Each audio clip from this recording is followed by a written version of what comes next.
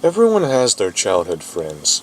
Kids they went to elementary school with, neighborhood friends, and family friends. People like me, we don't have normal friends. I'm the kid that tarnished his name in the beginning of first grade. I was the kid that I walked around the playground with tears dripping down my face. Why was I crying? I didn't know English because my parents were both Korean.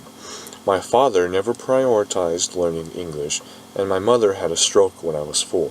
She still managed to get better at English than my father, but it was still the broken English my peers liked to make fun of.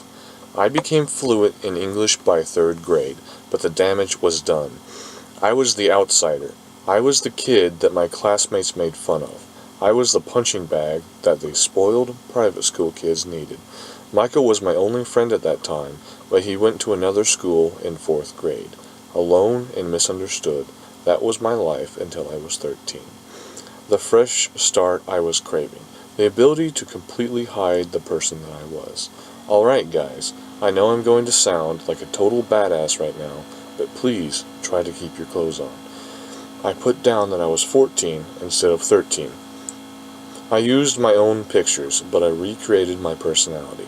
Instead of being this timid child, I became witty and outgoing. I added people that I would never talk to in real life and quickly became obsessed with my circle of friends.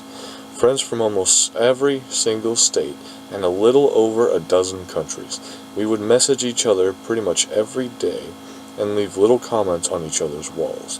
Finally, I could experience what it meant to be popular. 4 months after I created my MySpace profile, I was added by a girl by the name of Isabel Pulowski. She was from Minnesota and was a freshman in high school.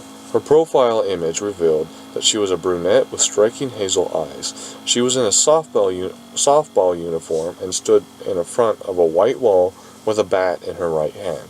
Intrigued, I accepted her friend request and started messaging her. It didn't take long for me to fall for her. She was genuinely the greatest person I had ever had the privilege of talking to. We went from messaging each other a couple of times a day to talking to each other every chance we got. Slowly, I stopped talking to everyone else and would only log into my MySpace profile to talk to Isabel. At first, my other friends would ask me where I went, but slowly they all just stopped talking to me. They saw through my profile how obsessed I was with her. Though I lived in North Carolina, it really felt like she was the person I was closest to. We shared our secrets that no one else knew, as well as what our dreams were. After our 5th Skype date, I asked her if she wanted to be my girlfriend. With a nervous look in her eyes, she nodded her head and I was over the moon. We had only known each other for a little over 4 months, but I felt like I could spend the rest of my life talking to her. I thought we were perfect for each other, and I didn't think anything was wrong with our relationship. But 8 months into dating, she stopped talking to me. I don't know how many messages I sent her after she stopped talking to me, but I kept waiting for her to respond back. I didn't care if she wanted to break up with me. She was my best friend, and I wanted to make sure she was okay. I tried looking her name up on Google, but all I could find was her MySpace page. Days of waiting turned to weeks, months, and then a little over a year. I never got a response back, so I gave up. I know online relationships are seen as somewhat trivial, but to me, it was everything. It took me over 2 years to finally get over her and move on with my life. High school was bullshit. I had a couple of friends, but they mostly used me for car rides. All of the other girls in my class still saw me as the weird outsider, and even the teachers looked at me in half sympathy and half disgust. After high school, I went to college for 2 years and dropped out, and I decided that an English major was the last thing I wanted. Worked at a sales job for the next 6 years and finally felt like my life was going my way. I made a decent paycheck, had been on a couple of dates, and had actually had a couple of decent friends. Life wasn't perfect, but to me, it felt as close to heaven as it was gonna get. Of course, it didn't stay that way.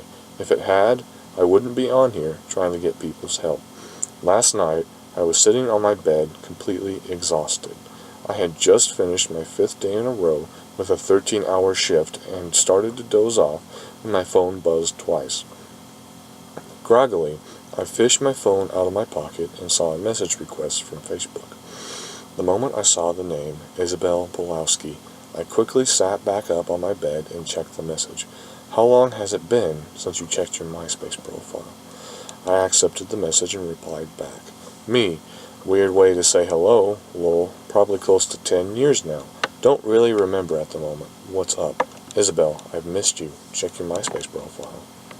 I tried replying back, but the profile was deleted. I was left scratching my head in the middle of the night. Curious, I went onto MySpace and found out that, surprisingly, it was still up and running. I used the same email and password since I was younger, so I logged on and saw that everything on my profile was completely blank. My friends were all gone except Isabel.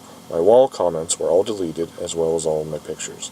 The only thing on my profile was a notification for 11 messages. I clicked on my messages and saw that all too familiar picture of Isabel, the same one she was using when I talked to her. The first couple of messages made almost zero sense. Messages 1 through 4. Hey, silly boy, missed me? Fucking ignore me then. You always liked it when I stared at your ass. I love you. No. Hate you. Fuck you. Literally. Lol. No, seriously. I love you and hate you. Come over so I can love you. Fuck you, you piece of shit. I gave you my love. Isabel gave you love, but my love is stronger. You better message back. As I read further into the messages, I started to feel more and more uneasy. Messages 5 through 9. Tick-tock, tick-tock. That's all Isabel says now. Tick-tock, tick-tock. Isabel is scared. I'm scared. Where are you? They said you would be here by now. Tick-tock, tick-tock. Talkity-ticking by the talk. All you do is ignore, ignore, ignore. Go away. Come here. Don't message me. Message me. Love Isabel. Isabel needs love. Now message back. Tick-tock. It's been 2 months. Isabel is eating, but she doesn't like the food. No, nope. Not one bit. Ha ha ha. Quite funny how strong she was. She is weak, and I am weak. The food is running low. Yes, it really is. I didn't think about the food. No, I did not. The food was provided by Isabel. Nice girl. She really is so very nice. Hey, it's Isabel. Long time no talk, right? I know you won't read this. I read the messages you sent me. I read them and ignored them. I was scared. Sorry. Time is running low. Isabel is tired and weak. She is dying. Help her. Be with me and I can let her go. Tick. The last 2 messages were photos. Photos that were completely different, but scared me the same way. The first photo was of Isabel. She was definitely older looking in the photo, early 20s. She still had the same hair, eyes, lips, but her body was mutilated beyond recognition. Chunks were torn out of her insides, and her insides were spilling out of her chest and midsection. Blood was caked around her lips, and small strips of meat were stuck in her teeth. The second photo was sent the night before. It was of my house, and on the bottom right corner of the picture was a hand with a tattoo of a heart and my name written underneath. I minimized the photo and tried getting screenshots of the messages, but they were fucking gone. All of it. When I tried looking up Isabella's profile, it was deleted. I couldn't sleep at all last night. I don't know what to do. I can't call the cops. They'll just think I'm fucking nuts. It's morning now, and it doesn't feel like a new day.